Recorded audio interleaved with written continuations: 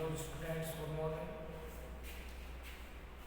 8th class का जो आपका आज पोएम है ज्योग्राफी लेसन भूगोल का अध्याय, इसके बारे में पढ़ाएंगे। कल हमने जो आपका लेसन था 10 में कंप्लीट हो चुका है और आज हम ज्योग्राफी लेसन जो पोएम है इसके जो लेखक हैं वो है हमारे जुल्फिकार बोसेस, ये नॉवलिस्ट थे, उपन्यासकार। इसमें जो ज्योग्राफी लेसन है इसमें कवि ने एक शहर, यानी कि जब हम विमान से कवि जब शहर के विषय में विचार कर रहा है और उसके मन में कुछ एक प्रश्न आते हैं, उनका वर्णन इस लेसन में किया गया है। कवि कल्पना करता है कि तुम्हारा शहर कैसा दिखाई देगा कब, जब तुम जमीन से 10,000 फीट के ऊपर ऊंचाई पर से किसी चीज़ को नीचे देखते हो। यानी कि जब हम वायुयान में या विमान के माध्यम से आसमान में 10,000 की फीट से ज़मीन की तरफ देखते हैं तो हमें चीज़ें कैसी नज़र आती हैं। हमारा जो शहर है जहाँ हम रह रहे हैं उसकी प्रकृति कैसी है, उसमें जो बिल्डिंग्स बनी हुई है वो किस प्रकार से नज़र आती हैं, शहर का जो दृश्य है वो कैसा नज़र आता है। उसी उन्हीं चीज़ों का वर्णन इस लेसन में किया गया है। और ये सब देखने के बाद लेखक के मन में क्या क्या विचार आते हैं, किस प्रकार के प्रश्न आते हैं, वही बच्चों आज हम इस ज्योग्राफी लेसन जो आपकी पोएम है इसके बारे में पढ़ेंगे। तो सबसे पहले तो जो जुल्फिकार बोस थे, एक नॉवलिस्ट थे, एक पोएट कवि भी थे, ये नेटिव ऑफ पाकिस्तान और ये जो अपना पड़ोसी मुल्क है पाकिस्तान उनके रहने वाले थे। And current resident of Texas, और जो वर्तमान में ये जो टेक्सास यूएस में टेक्सास यहाँ पे यूनाइटेड स्टेट ऑफ अमेरिका का राज्य स्टेट है, वहाँ पर वर्तमान में ये रहते हैं। और he was born on March 1335 in Sialkot, और इनका जन्म मार्च 13, 1935 में सियालकोट, इंडिया नाउ पाकिस्तान, यानी कि भारत और जब पाकिस्तान का बंटवारा नहीं हुआ था उस वक्त इनका जन्म हिंदुस्तान में हुआ था, जो कि सियालकोट अब पाकिस्तान के अंदर है। गोज grew up as Muslims. His father Khwaja Mohammad गोज was a businessman, और वे एक मुस्लिम समुदाय से संबंध रखते थे। उनके जो फादर थे ख्वाजा मोहम्मद गोस, ये एक बिजनेसमैन थे। और इन 1942 और 1942 में during the second world war, जो दूसरा विश्व युद्ध हुआ था, the family move to Bombay, now Mumbai, तो उनका परिवार था वो मुंबई के लिए पलायन कर गया था। तो बच्चों अब हम ये जो ज्योग्राफी लेसन पोएम आपकी इसको प्रारंभ करते हैं। सबसे पहले बिफोर यू रीड आपके पढ़ने से पूर्व देखिए, can you imagine what your city would look like if you saw it from 10,000 feet above the ground. Can you imagine, देखिए बच्चों हमने बताया था कि जब कोई भी सेंटेंस मॉडल से प्रारंभ होता है या हेल्पिंग वर्ड से प्रारंभ होता है तो उसका हिंदी ट्रांसलेशन क्या से प्रारंभ करेंगे। तो कैन यू इमेजिन का मतलब होता है कल्पना करना। क्या तुम कल्पना कर सकते हो what your city would like if you saw, तुम्हारा शहर कैसा दिखाई देगा। If your city would look like, आपका शहर कैसा दिखाई देगा। If you saw it from 10,000 feet, यदि तुम इसे जमीन से कितने फीट के ऊपर, 10,000 फीट, 10,000 फीट के ऊपर से देखोगे, यानी कि जो आपका शहर है कैसा नजर आएगा अगर हम 10,000 फीट से ऊपर देखेंगे। Nature neatly plan and perfect in proportion like a geometric design, सुव्यवस्थित व रेखागणित, ज्योमेट्रिक डिजाइन होता है रेखागणित प्रारूप की भांति उत्तम, नीटली उत्तम। यह it would strike you as something very different from what is actually is while you are in the thick of it. यह तुम्हें उस तरह से अलग दिखाई देगा जैसा कि वास्तव में है, यानी कि यह तुम्हें अलग प्रकार से दिखाई देगा। जब हम 10,000 फीट के ऊपर से देखेंगे तो आपका जो शहर है आपको अलग प्रकार से दिखाई देगा जैसा कि हम वास्तव में देखते हैं, जैसा कि यानी कि जैसा हमें नीचे से नजर आता है उससे अलग भिन्न नजर आएगा। While you are in thick of it, जब तुम इसकी थिक होती घनिष्ठता, इसकी घनिष्ठता को जानोगे या जानते हो। Here is a point's descriptions of just such a view of the city and some questions that come to his mind. यहाँ पर कवि शहर के विषय में विचार करता है, डिस्क्रिप्शंस होता है, उसका वर्णन करता है। In such a way of the city, यहाँ कवि शहर के विषय में कुछ विचार तथा जो कुछ प्रश्न questions that come to his mind उसके मन में आते हैं। The poet descriptions, कवि उनका वर्णन करता है, यानी कवि शहर के विषय में विचार करता है तथा जो कुछ प्रश्न उसके मन में आते हैं उनका वो वर्णन करता है। अब हम देखो बच्चों, इसका जो पहला स्टैंजा है उसे प्रारंभ करते हैं। When the jet sprang into the sky, when माने जब, when माने जब, the jet होता है विमान, jet sprang into the city, आसमान की ओर तेजी से उड़ा, sprang माने उड़ा, into the sky माने आकाश की।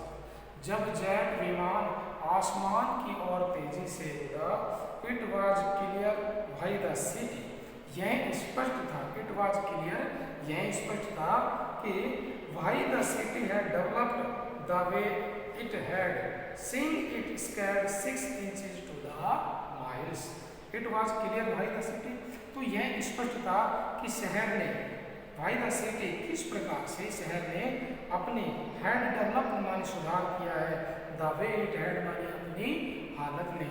तो जब जेट विमान आसमान की ओर तेजी से उड़ा, यह स्पष्ट था कि शहर ने किस प्रकार अपनी हालत में सुधार किया। Seeing it scaled 6 inches to the mile, ऐसा सब कुछ 1 मील यानी कि स्केल की जो माप का 6 इंच होता है उससे देखा गया, यानी कि ये सब किसे देखा गया, ऐसा सब कुछ 1 मील स्केल की माप का 6 इंच से देखा गया, यानी कोई ज्योग्राफिकल इंस्ट्रूमेंट है जिसके माध्यम से जब वो विमान आसमान में उड़ा तो उससे जो शहर के हालात में कैसा सुधार हुआ, ऐसा सब कुछ 6 इंच जो मील का 6 इंच से बना हुआ स्केल था उससे देखा गया।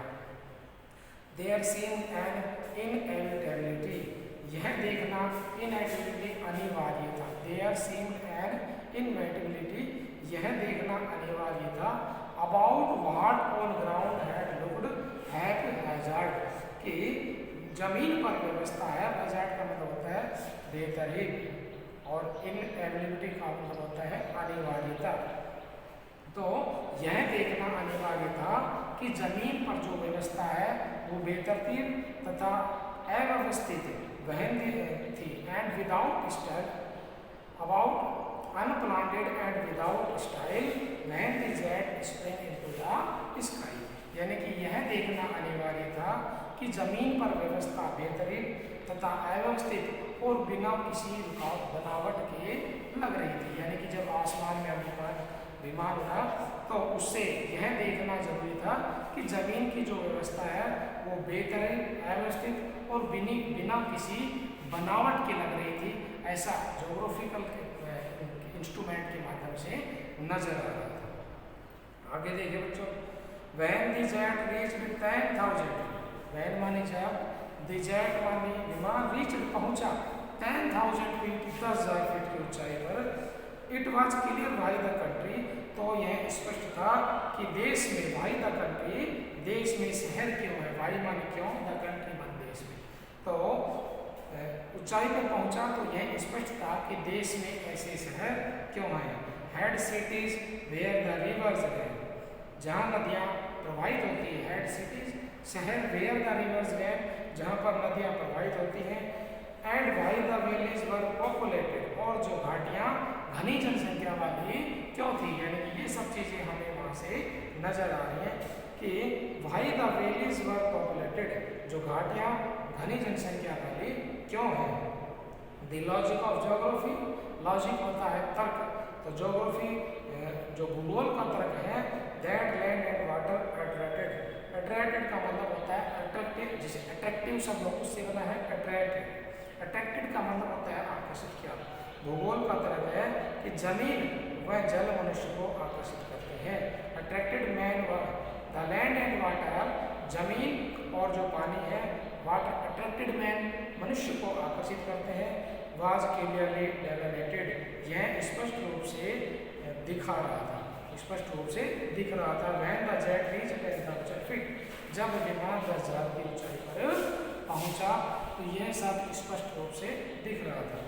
When the jet rose 6 miles high, जब जेट विमान 6 मील की ऊंचाई पर पहुंचा, it was clear the earth was round, तो यह स्पष्ट था कि पृथ्वी गोल है। यानी कि जब वो विमान पर पहुंचा तो स्पष्ट रूप से नजर आ रहा था कि जो पृथ्वी है वह गोल है।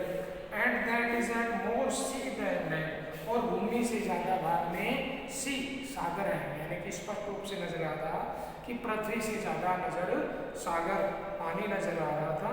And that it had more sea than land but it was difficult to understand, लेकिन यह समझना काफी कठिन था। बट